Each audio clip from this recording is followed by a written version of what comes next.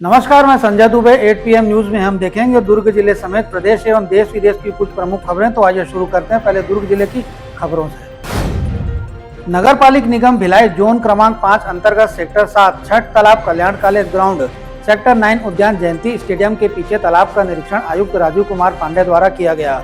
छठ त्योहार एवं तालाब की साफ सफाई व्यवस्था को देखा कल्याण कॉलेज ग्राउंड का निरीक्षण किया गया। ग्राउंड के भीतर इंडोर स्टेडियम का प्रस्ताव तैयार करने सहायक अभियंता प्रिया करसे को निर्देशित किया गया। उद्यान की साफ सफाई का अवलोकन भी किया गया। उद्यान के भीतर का फव्वारा बंद पड़ा है, जिसका संधारण का चालू करने निर्देशित किया गया। कबाड़ियों के विरुद्ध प्राप्त हो रही सूचनाओं को देखते हुए जामुल क्षेत्र के छावनी में स्थित सुरेश कबाड़ी की दुकान में दबिश देकर दुकान में लोहे का एंगल, लोहे का छड़, स्क्रैप जब्त किया गया। ललित कबाड़ी जामुल में दबिश देकर दुकान से लोहे की प्लेट, लोहे का एंगल, 2 वाहनों का इंजन व वाहनों के अन्य पार्ट्स, ATM मशीन इत्यादि जब्त किया गया। सुपेला में मोहम्मद इरफान उर्फ सितारे की कबाड़ी दुकान में दबिश देकर चोरी का लोहे का सामान एवं इलेक्ट्रॉनिक तराजू जब्त किया गया। थाना जामुल से आरोपी सुरेश सिंह एवं ललित कबाड़ी के विरुद्ध BNS की धाराओं के तहत कार्रवाई की गई। थाना सुपेला में आरोपी मोहम्मद इरफान उर्फ सितारे के विरुद्ध BNS की धाराओं के तहत कार्रवाई कर गिरफ्तार किया गया। दुर्ग जिले में लव मैरिज करने के बाद लड़के वालों ने मिलकर लड़की के भाई को मार डाला। डिबरापारा इलाके में रहने वाले तिलक साहू का उसी इलाके की लड़की से अफेयर था, जिसके बाद दोनों ने भागकर भिलाई के आर्य समाज में शादी कर ली। लड़की के भाई और परिवार वाले अपनी बहन को लेने पहुंचे। इसी दौरान दोनों परिवार वालों के बीच झगड़ा हो गया। 2 परिवारों के बीच बात इतनी बढ़ गई कि लड़के के परिवार वालों ने मिलकर लड़की के भाई की जमकर पिटाई कर दी, जिससे उसकी जान चली गई। मामला सिटी कोतवाली थाना क्षेत्र का है। स्वच्छता ही सेवा अभियान के तहत आज PA बिल्डिंग परिसर में समस्त कार्मिकों के श्रमदान एवं सहयोग से वृहद स्वच्छता अभियान चलाया गया। मुख्य महाप्रबंधक नगर सेवाएं उत्पल दत्ता के मुख्य आतिथ्य में आयोजित इस कार्यक्रम में स्वच्छता के महत्व एवं जन भागीदारी की अनिवार्यता को रेखांकित करते हुए संक्षिप्त उद्बोधन में मुख्य महाप्रबंधक ने जन जागरूकता के प्रयास में महाप्रबंधक KK यादव की भूमिका की तारीफ करते हुए इस महायज्ञ में सभी को शामिल होने की अपील की। मध्य रात्रि एक सफेद रंग की फॉर्च्यूनर कार आम रोड पर खड़ी कर रास्ते को अवरुद्ध करने एवं केक काटकर आम सड़क पर जन्मदिन मनाने के संबंध में थाना वैशाली नगर में अपराध पंजीबद्ध कर विवेचना में लिया गया। प्रकरण में त्वरित कार्रवाई करते हुए वरिष्ठ अधिकारियों के निर्देशन पर तत्काल पुलिस टीम द्वारा घटना में शामिल आरोपी गणों को पकड़कर BNS के तहत प्रतिबंधात्मक कार्रवाई कर जेल भेजा गया।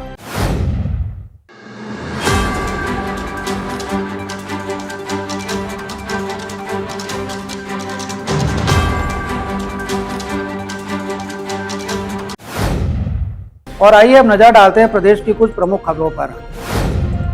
छत्तीसगढ़ के पूर्व CM भूपेश बघेल के बेटे चैतन्य बघेल ने प्रवर्तन निदेशालय ED की कार्रवाई और अपनी गिरफ्तारी को असंवैधानिक और नियम विरुद्ध बताते हुए हाईकोर्ट में याचिका दायर की थी। ED की गिरफ्तारी को चुनौती देने वाली चैतन्य बघेल की उस याचिका को हाईकोर्ट ने खारिज कर दिया। जस्टिस अरविंद कुमार वर्मा की सिंगल बेंच ने यह निर्णय लिया। छत्तीसगढ़ सरकार ने वित्तीय वर्ष 2026-27 के लिए प्रस्तावित नई शराब नीति को और अधिक पारदर्शी, व्यवहारिक और उद्योग के अनुकूल बनाने की दिशा में बड़ी पहल की है। सरकार अब ऐसी नीति लाने की तैयारी में है जो न केवल शासन की मंशा को साकार करे बल्कि कारोबारियों के लिए भी व्यवहारिक और लाभकारी हो। इसी कड़ी में रायपुर में 3 दिवसीय महत्वपूर्ण बैठकें आयोजित की गई, जिसमें आबकारी सचिव सह आयुक्त R संगीता ने शराब कारोबार से जुड़े विभिन्न पक्षों से खुलकर संवाद किया। धनतेरस के अवसर पर दंतेवाड़ा पुलिस ने लोगों को सौगात देते हुए उनके गुम मोबाइल लौटाए। लगभग 22 लाख रुपए मूल्य के 107 मोबाइल को पड़ोसी राज्य उड़ीसा के अलावा पड़ोसी जिले जगदलपुर, सुकमा, बीजापुर और कोंडागांव से जब्त किया गया। गुम मोबाइल को CEIR पोर्टल के माध्यम से तलाश कर यह आपलो सामान निया कार्यक्रम के माध्यम से उनके वास्तविक मालिकों को सौंपा गया। वाड्रफनगर पुलिस ने नशीले पदार्थों की तस्करी पर बड़ी कार्रवाई करते हुए एक लग्जरी कार से भारी मात्रा में अवैध कफ सिरप जब्त किया है। पुलिस ने इस मामले में 3 आरोपियों को गिरफ्तार कर न्यायिक हिरासत में लेकर जेल भेजा है। जानकारी के अनुसार पुलिस टीम ने उत्तर प्रदेश सीमा से बलरामपुर जिले की ओर आ रही इनोवा क्रिस्टा कार की तलाशी के दौरान वाहन से 495 सीसी अवैध कोडीन युक्त कफ सिरप 73,755 रुपए नगद और उक्त वाहन को जब्त किया। जब्त माल की कुल कीमत लगभग 1.5 लाख रुपए आंकी गई है। त्योहार से पहले लगातार बढ़ रहे अपराध के ग्राफ को लेकर आम पब्लिक परेशान है। बीते 1 हफ्ते के भीतर सुहेला कसडोल में चाकूबाजी और मर्डर की घटनाओं से आम लोग दहशत में। ताजा घटनाक्रम कोतवाली थाना क्षेत्र का है। बीती रात घटिया पार्टी गांव में चाकूबाजी की वारदात में 3 युवक बुरी तरह से जख्मी हो गए। एक जख्मी युवक की जहां चाकू लगने से मौत हो गई, वहीं 2 का इलाज अस्पताल में जारी है।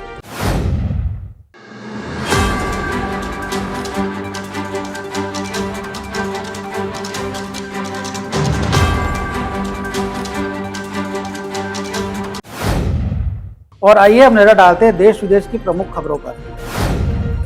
कर्नाटक में पंचायत अधिकारी प्रवीण कुमार केपी को आरएसएस के कार्यक्रम में शामिल होने पर निलंबित कर दिया गया। उन्होंने आरएसएस की वर्दी पहनकर शताब्दी समारोह में भाग लिया था। कांग्रेस सरकार ने सार्वजनिक स्थानों पर आरएसएस की गतिविधियों पर प्रतिबंध लगाने के नए नियम बनाए हैं। भाजपा ने इस कार्रवाई को कांग्रेस की हिंदू विरोधी मानसिकता बताया और निलंबन को रद्द करने की मांग की है। पंजाब के सरहिंद रेलवे स्टेशन पर गरीब रथ एक्सप्रेस में अचानक आग लग गई। आग लगते ही ट्रेन में अफरा तफरी की स्थिति मच गई।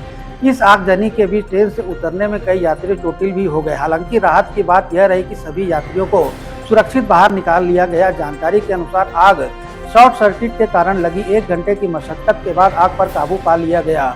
इसमें एक महिला के झुलसे जाने की सूचना है।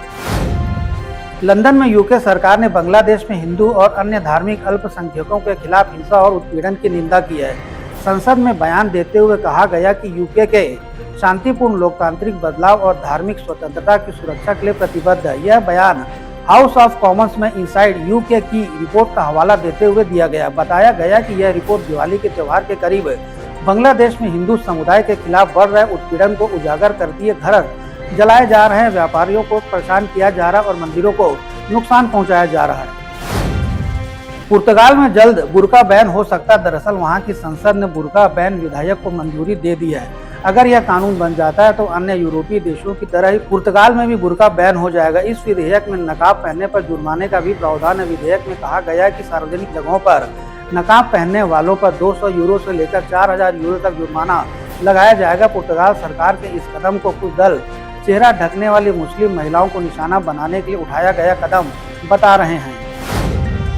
पाकिस्तान और अफगानिस्तान के बीच सीमा पर तनाव एक बार फिर से चरम पर है। दोनों पड़ोसी देशों ने शुक्रवार को 48 घंटे के युद्ध विराम को बढ़ाने पर सहमति जताई। हालांकि इस समझौते पर मुहर लगने के कुछ ही घंटों के भीतर तालिबान ने पाकिस्तान पर पीठ में छुरा घोंपने का आरोप लगाया है। तालिबान का दावा है कि पाकिस्तान ने दुरंत रेखा से सटे अफगानिस्तान के पट्टिका प्रांत के कई जिलों में हवाई हमले किए हैं, जिसमें शांति स्थापित करने की कोशिशों को भारी झटका लगा है।